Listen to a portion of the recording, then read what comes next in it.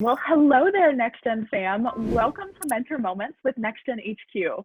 We are so honored to have Carole Irgang join us today to share her experiences and lessons so that we can learn ourselves and grow. So sit back, take out your notebook, and enjoy what's to come. The lovely Carole is with us. She is an industry-awarded marketing leader who has helped transform companies by bringing creative problem solving and an empathetic approach to marketing and branding reinvention. Carole, thank you so very much for joining us today. So thrilled to be here. I love the NextGen family. You guys energize me and keep me in awe of what is possible. So thank you for inviting me. You are the one who brings that to us. For everyone who doesn't know, Carole has been a part of the NextGen family for even longer than I have. I think she was one of the original people to get involved, to become a NextGen advisor and really help us also grow in our branding and marketing. She's also the reason Rich Keller is a big part of what we're doing today, because they are best friends, I would say. Yes, indeed. Amazing. Well, we're excited to kind of dive right in with you, Carole. But before we get into the meat of the conversation, we'll start off with a NextGen HQ tradition, and that is our rapid fire questions. So buckle up. I'm going to throw some questions out at you, and whatever's the first thing that kind of comes to mind, we'll stick with. Okay, cool. What is the top book that you recommend that others read? It's an odd one. It's not a business book, but it's a great piece of history. It's the book about the Plaza Hotel. And the reason why I love this book is so interesting. It was not something I would have typically read, but I recommend it to people because it's a great piece of New York history. It's a great piece of political history, and it's a great piece of class history in the US. So it's just fascinating that this one hotel has been the center of so much that defines America. And I had no perspective when I picked up the book, but it was fascinating. You can bet what I'm going to run out and grab right now and hopefully make my way to the Plaza Hotel one day to experience it in person. Oh, I hope we'll all get back to the Plaza one day, or any place for that matter. Fingers crossed. Okay, Carole, what is your favorite place to work? My favorite place to work, well, I've been in the same seat for the last 3+ months, so I guess this is my favorite place, sitting in my very bright and sunny office. But I do like working from home at times. I think it's a good place where I can focus and kind of really be in the zone, if you will. And then there are times where it's just great to be in my office at IBM, or even when I had my own company with my clients, because you just feed off the energy of other people. And I think you kind of need a balance of both. You can't be always isolated by yourself, and you can't always be in a group, and you kind of need to bring both energies to the table. So both spaces. Obviously, if I could be on a lounge chair with a cocktail right now, that would be pretty good too. So I would join right next to you if that could happen. What is your spirit animal? My spirit animal. That's a good one. I don't know. Maybe I would say koala bear, because they're soft and cuddly, and I want people to think that I'm soft and cuddly, when sometimes I can be, tough and hard charging like a tiger. So I want to be the koala, but there's a lot of tiger in me. I love that. So I hope to everyone who didn't know Carole before, they now know that she really loves her office, really inspired by the Plaza book, and is a koala tiger bear that you can cuddle and can get feisty. And I just created that hybrid animal. So there you go. We just invented something here in the NextGen. This is the creative marketing brain for you right here. It's happening live. Amazing. So Carole, now let's kind of take it and dive into a little bit of your story. I know the marketing and branding industry is something that you are truly an extraordinaire in and have been working in for quite some time. But taking us back to the very beginning of your professional journey, did you immediately go into branding, or did it take an experience that you had before to get you here? I came out of college and I went right into the advertising industry, working at a big global advertising agency. And I think that sort of I got the bug through that experience, because what it really sort of allowed me to see is, and I was an account person, so a sort of a strategic planner, account person in my role at the agency.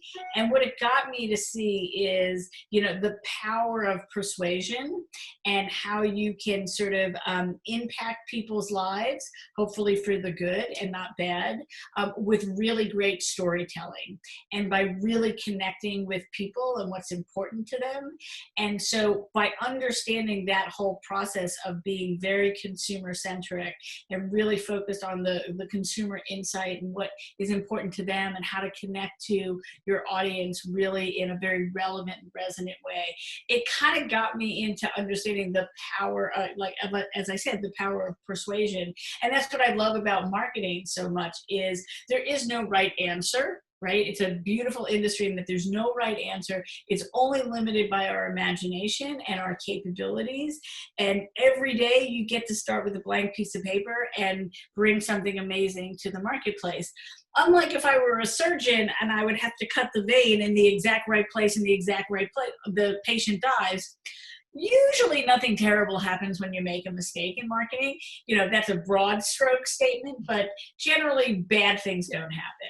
To me, that's invigorating, that every day you get to tell a new story and persuade people and engage people in a conversation. So, branding as a word has sort of changed and evolved so much over the years. So if you put it all under the umbrella of marketing and how do you move markets and get people to, take action, I just love that, because it's just so powerful. I love that. I truly also do believe, and maybe this is also my literature background coming into play, there is nothing more powerful than storytelling. And by being able to take someone on a narrative, that's kind of the Yep. persuasive element to it all, isn't it? Absolutely. I love that. So you're in a position where there's really no wrong answers. You get to be creative. You get to feel invigorated every day. Yeah. I happen to know, just of course from knowing you and diving into a little bit of research into your story before this, that for several years you worked with Godiva, with Kraft, very much big brands and names of companies that have probably already been around for quite some time. I'm curious about the situation, and if you have a particular story that comes to mind of how difficult or maybe not difficult it is to align a company around one core value or one shared vision. It can be very hard, and I'll tell you the story of Godiva because it makes the point. When I got invited to work with them to rethink their global positioning, and you would think, why does Godiva need to rethink their global position? Everybody knows Godiva, everybody knows what it is. Except when I interviewed all their senior executives, I got very different answers to what the company's mission was and purpose was and what kind of brand they wanted to be. And one question in particular sort of made me realize that there was both a problem and an opportunity. When I asked people, if Godiva were a car, what kind of car would it be?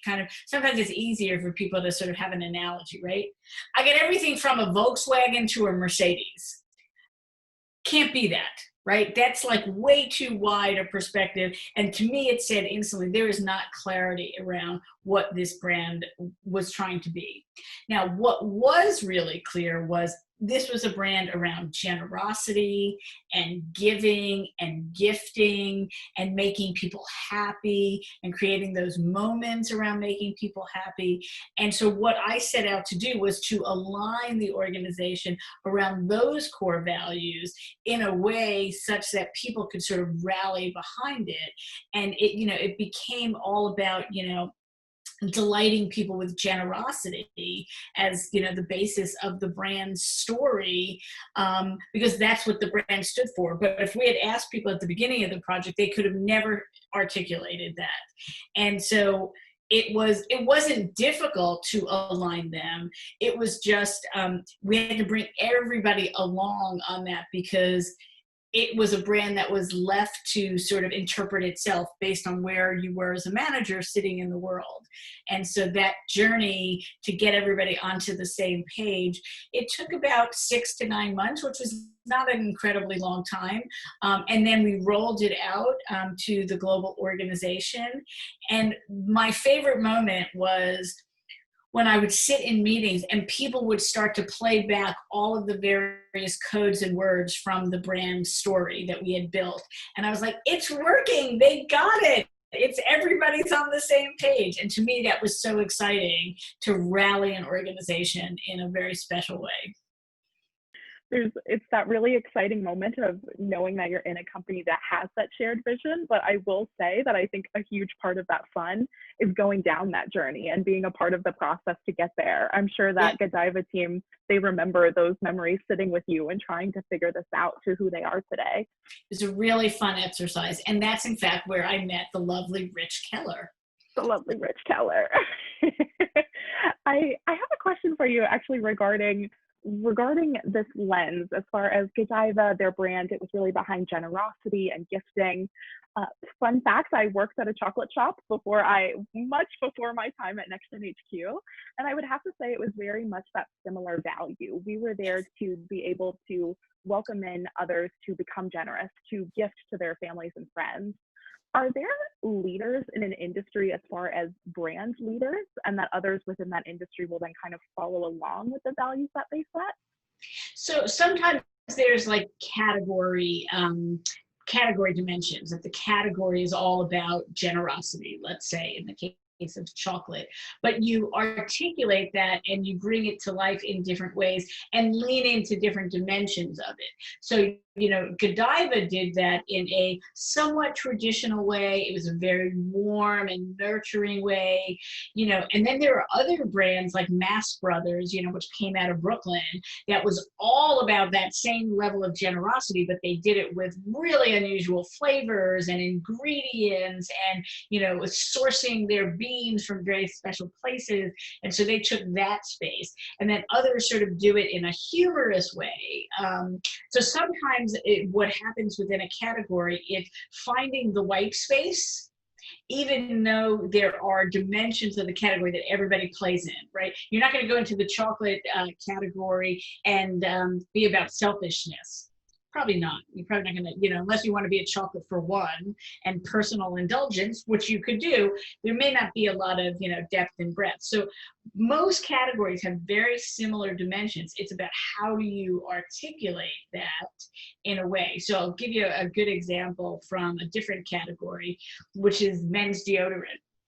So Old Spice, they've sort of come to market and they, used the actor to kind of tell that story in a way that was kind of humorous, right? A little bit tongue in cheek.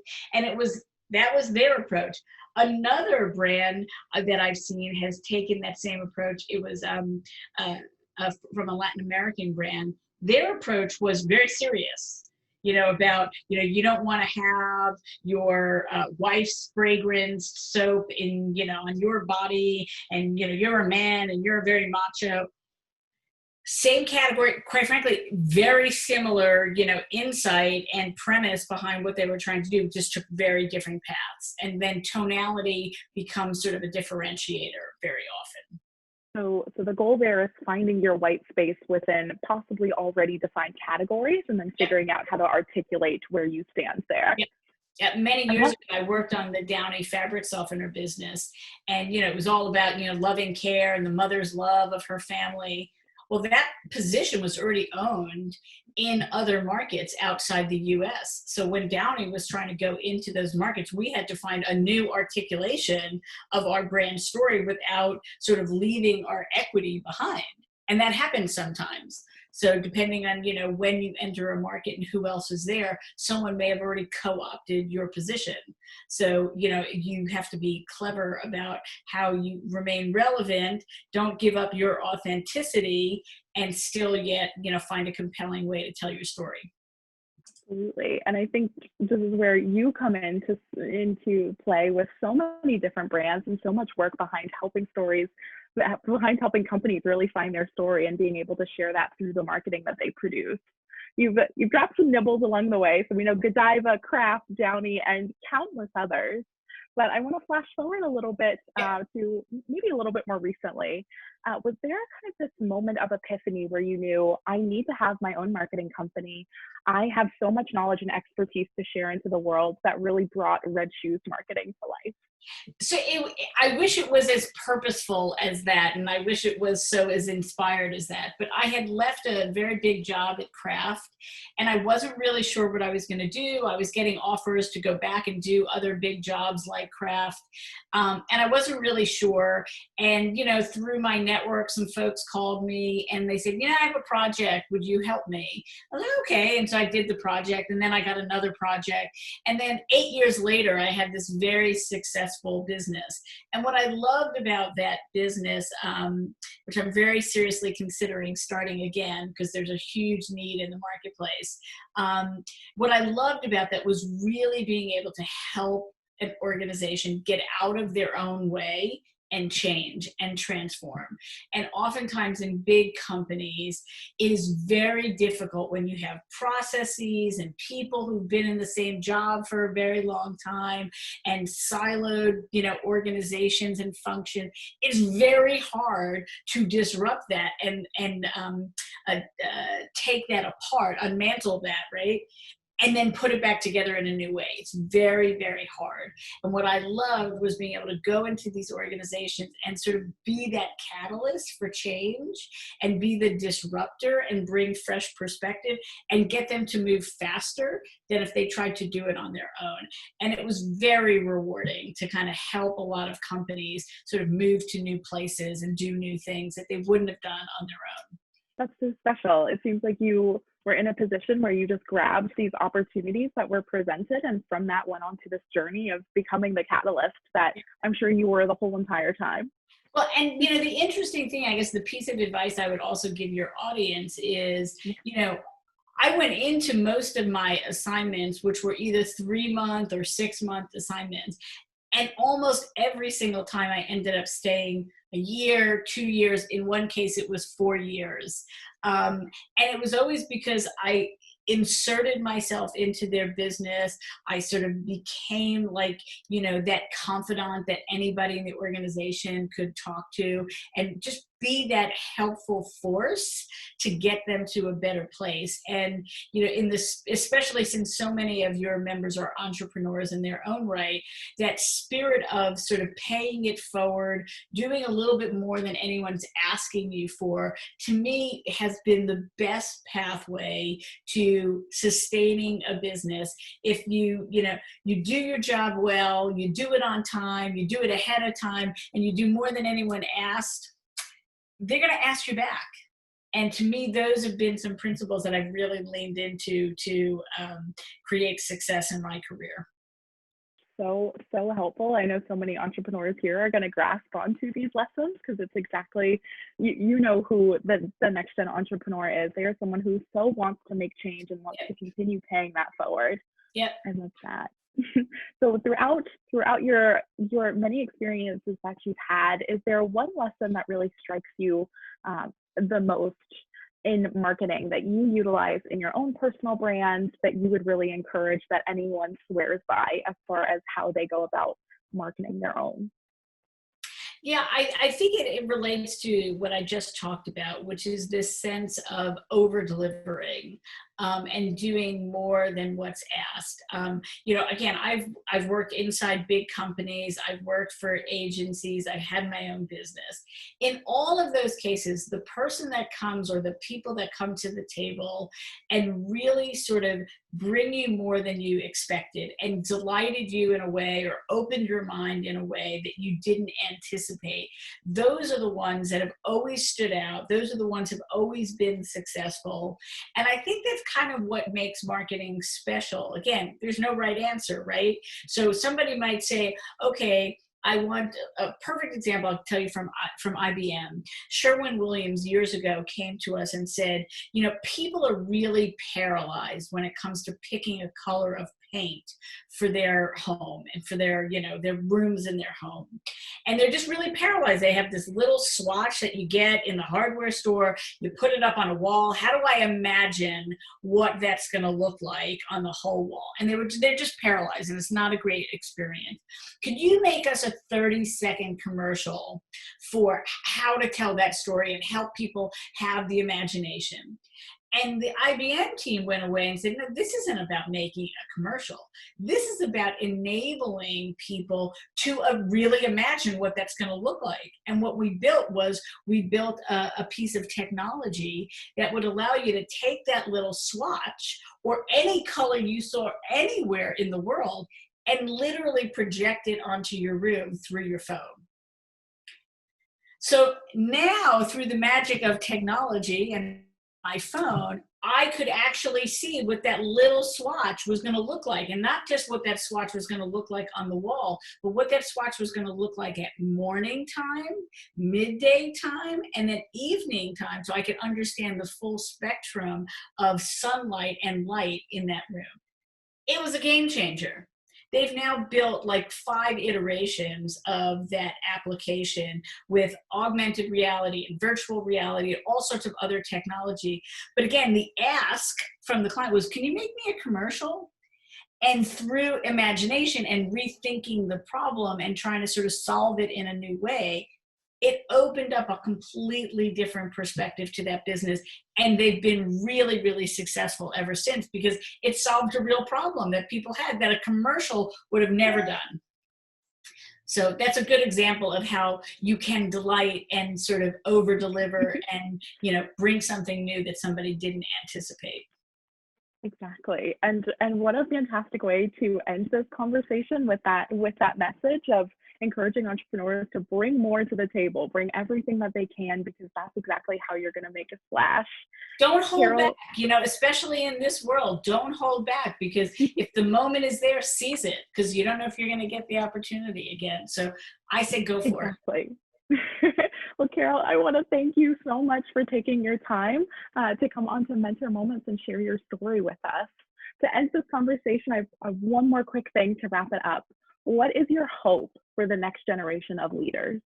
Oh my goodness. And at this moment in time, I hope that they are going to change the world. I hope that they're going to bring more empathy to business and the world. I hope they're going to bring more inclusion and diversity to the world. And I hope that we look at, the workplace and what is happening in the world, and everybody's contributing and everybody's allowed to and participating and is part of this much more robust mosaic.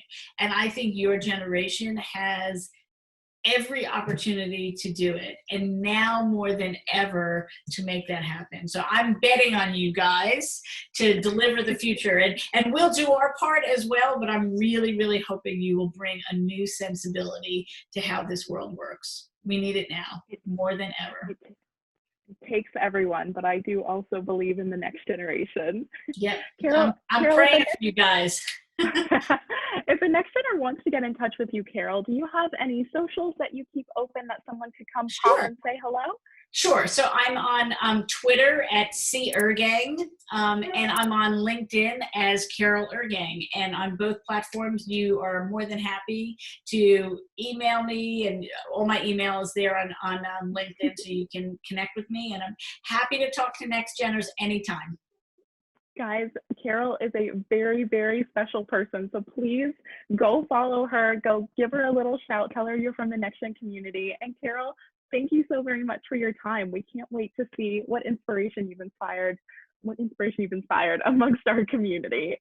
Well, thank you so much for giving me the time to talk to your audience. It means a lot to me. And I'm wishing everybody safety and health and good times ahead. Bye, everyone.